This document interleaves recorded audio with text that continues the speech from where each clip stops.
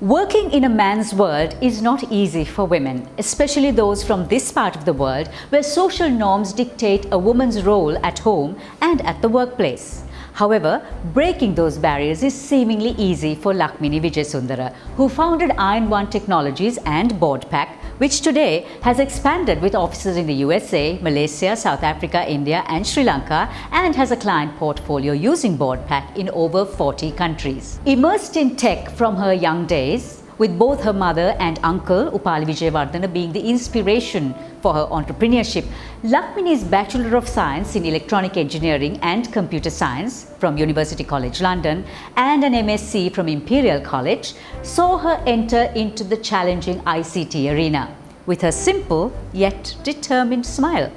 This technology entrepreneur is totally focused on making Sri Lankan tech products gain global recognition, and it's not easy, but she's made great headway. Given COVID times, I caught up with her on a Zoom chat. Lakmini, how difficult is it being a woman entrepreneur in Sri Lanka? That's two questions really. So as a Sri Lankan entrepreneur, there are a lot of challenges because Sri Lanka doesn't have an ecosystem or a large ecosystem yet, and resources are very scarce. So we have to look at global and that kind of thing. As a Sri Lanka, as a woman, of course, I haven't had such an experience, or I'm not aware maybe, because I am going for the course, and whatever the challenges, it seems like everybody's having those challenges. You are in a male-heavy industry. How has that worked for you, the advantages and the disadvantages? So ICT or technology is obviously, as you mentioned, a male dominant environment. From the time you went to school, university, it was constantly this environment. I didn't particularly realize it, I just thought it was the way. But as we move along, I mean, the recent times, I do realize that it could be equal. Like there could be women equally placed in these, because I don't really see a challenge at work really. I mean, women can do this work as well as men.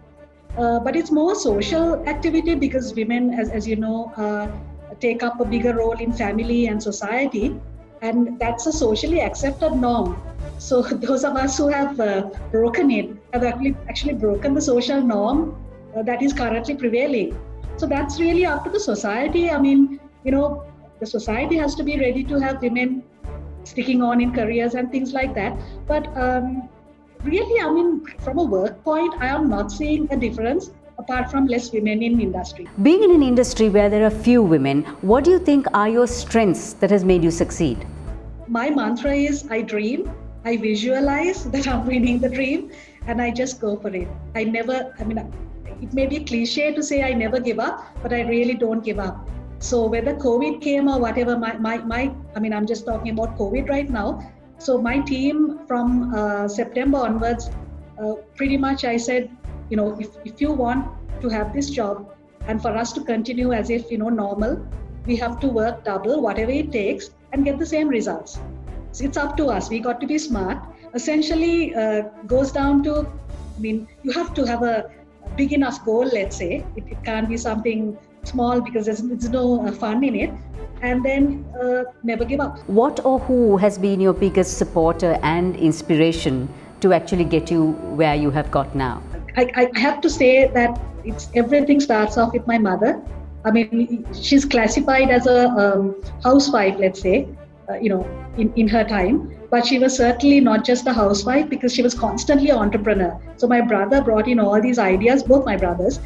And she's the one who set up all these companies. So there was like fabrics for handloom, sending stuff to Scandinavia. We were looking at these very unusual designs for handloom, all sorts of things from dairy farms to cinnamon. She grew cinnamon and rubber in places that nobody thought, she cut the coconut and did cinnamon and rubber. And of course, my mother's brother, now I look at him as an inspiration because Upali Vijayawardena, even up to now, I think younger generation may not know him, but people probably know his brand Canvas, which is still there. But he did amazing things at a time that, traveling overseas itself was a luxury. And he brought in like Learjets, and he really showed us how to live it up. and that it's possible, in a third world country like this, that nothing is a barrier. Because right now, being in technology, and I am aspiring to have my company become the #1 board portal in the world. I mean, I am not going to stop this company until that. And that means that really we have to learn a lot to grow this company into volume. There's 150 or more countries with over a couple of million board members, and I have to reach them. We have to be the first company to reach them. Nobody else has. Good luck, Lakmini. You surely are an inspiration that gender is not a barrier for anything and that it's a never give up attitude that gets you everywhere. Thank you for joining us on Ceylinco Live. Let's talk.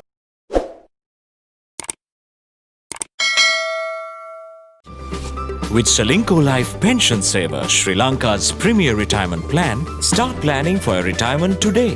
Ceylinco Life, a relationship for life.